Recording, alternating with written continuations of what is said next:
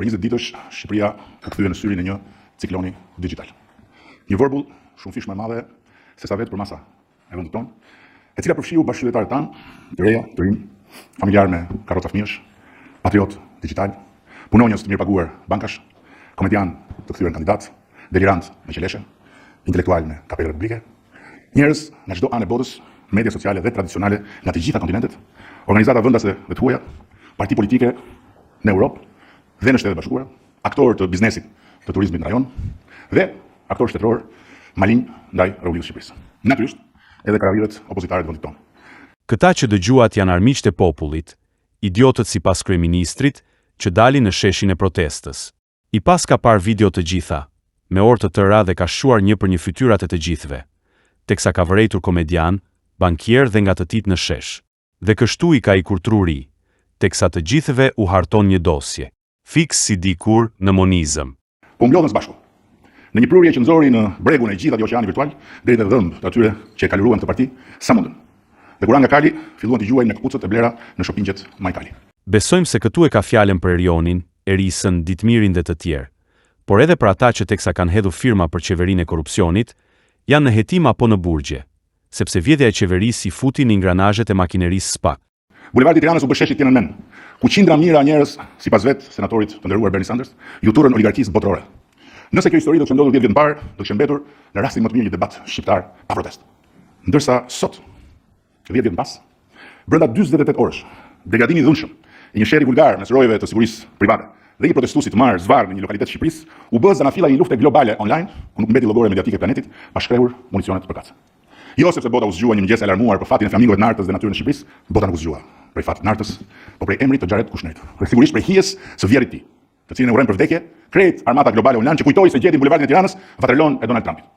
Dhe si një film science fiction, bulevardi përputhjet armatë të frikshme me krejt armatën e urrëtitësve shqiptar, off dhe online. Jo ndaj Donald Trumpit, por natyrisht ndaj meje dhe ndaj jush. Pastër, qartë dhe shkoqitur Rama, sapo na tha se të gjithë organizimin po e bëjnë ata që urren Donald Trumpin, por që protestën po e organizojnë kundër Ramës. Janë pikërisht ata pra, që tundën median botërore dhe që Shqipërinë e bën lajmin e parë në edicionet informative të kanaleve më të mëdha dhe prestigjioze në glob. E po këtë nuk e bën dot një shqiptar, këtë e bën vetëm ai.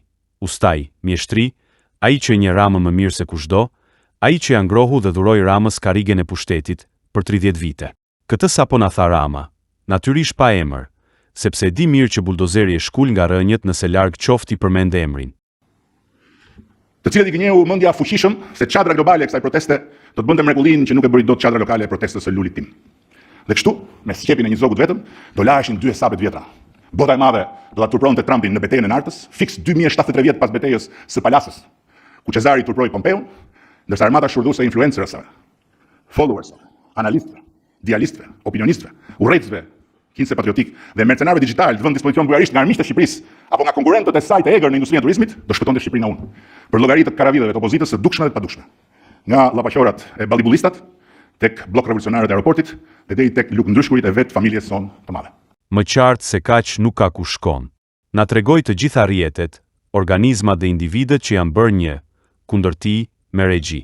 Sigurisht është në prag të krizave nervore, teksa di që në shesh janë të tij socialistët, përveç popullit të thjesht që realisht kërkon largimin e tij.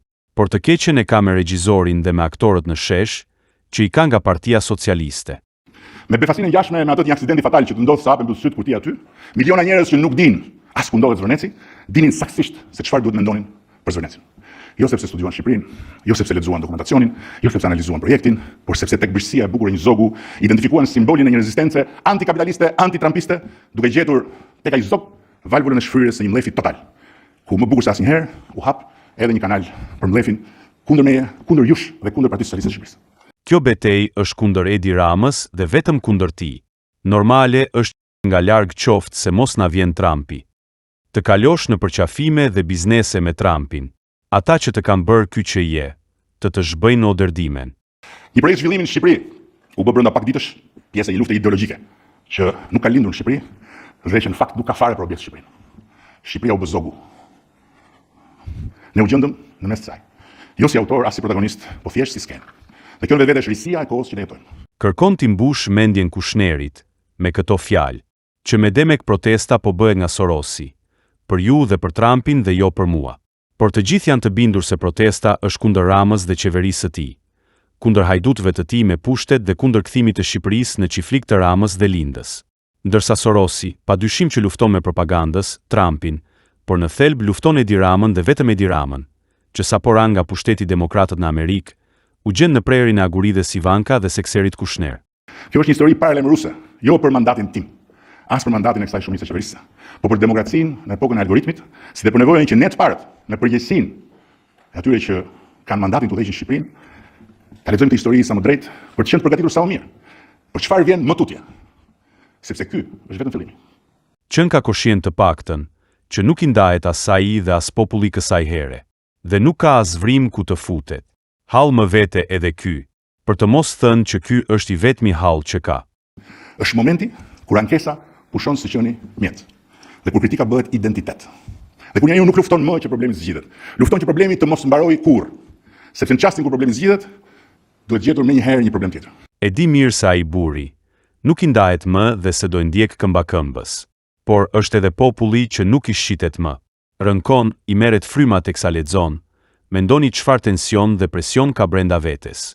Frikë me shumicë gjithashtu, pavarësisht se nuk pushon përoj çmendinës së frazave dhe fjalive, mes të cilave i duket sikur do të gjejë zgjidhjen. Një pjesë e lëvizjeve politike nuk ndërtohen mbi atë që pjesëmarrësit në të duan të ndërtojnë. Ndërtohen mbi atë që nuk duhet të pushojnë kurrë së kundërshtuari. Objekti ndryshon, mekanizmi mbetet.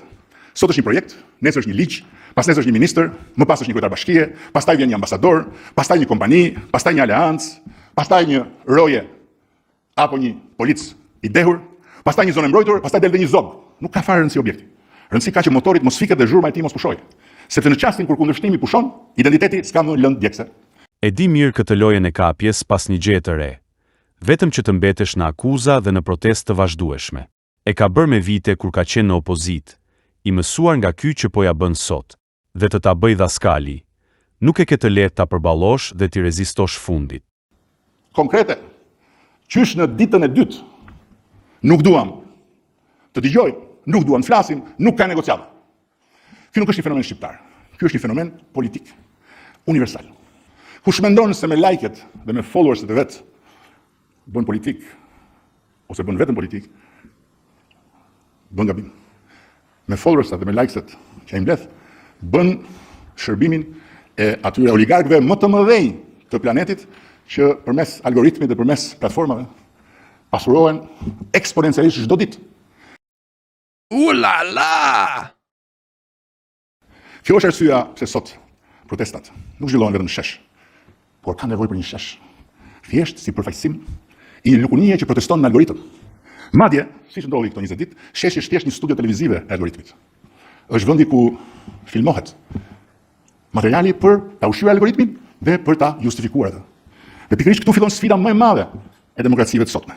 Demokracia ndërtuar për qytetarët, jo për algoritmet. Janë ndërtuar për njerëzit që votojnë, jo për platformat që optimizojnë zemrimin.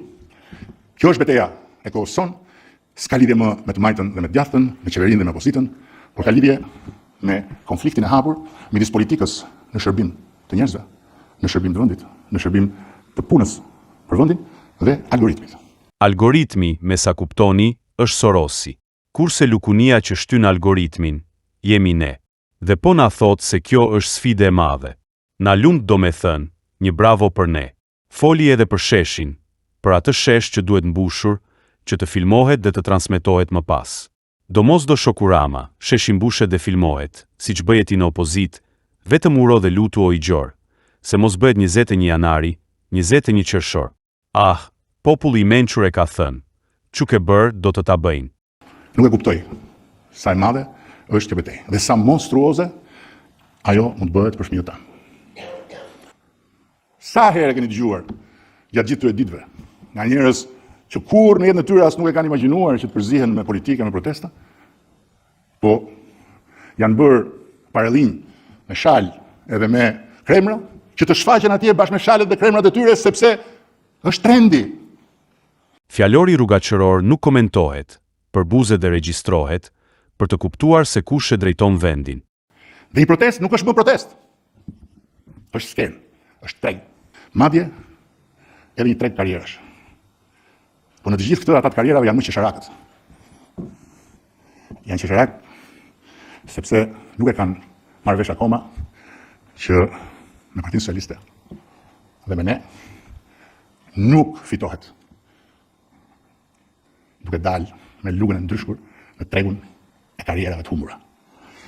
Këtu e ka me socialistët, me ata që dikur kanë qenë me të dhe që ua ka frikën sa më s'ka, por që përpiqet u thotë se me atë dhe partinë nuk doja dalin dot. Këta karrierë humburi që vallaha han me lugë të ndryshkura. Është rënd kryetari i socialistëve, që një pjesë e mirë i kanë ikur dhe janë në shesh, janë në protest. Shikoni Fatos Lubonja.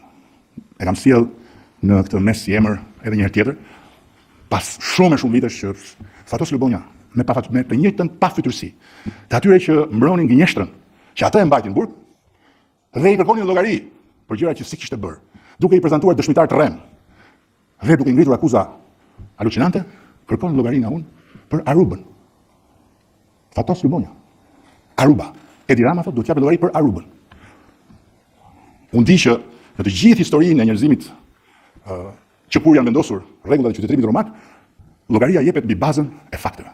Dhe kur nuk i takon atij që akuzohet që të provojë që ai nuk është ai për cilën akuzohet. Çfarë vlerë ka që unë them nuk kam qenë kurrë në Aruba, nuk e di fare për çfarë bëhet fjalë se ka ndodhur në Aruba, nuk kam dërguar kurrë njeri të shkojë në Aruba. S'ka si vlerë. Fare. Sepse ndërkohë Aruba është bërë vërtet. Është nxjerrë në këtë fushën e algoritmit, është ricikluar në pafundësi dhe është bërë vërtet. Siç është bërë vërtet që unë jam një konsumator kokaine, kjo është bërë vërtet. Në fjala drogagji, ikmor drogagji, o drogagji, është një refren që mua më ndjek si një vërtet. Siç është e vërtet që unë kam akuzuar Timat për marrëdhënie me time shoqe dhe për atësinë e djalit tim, është e vërtet. Është bërë e vërtet.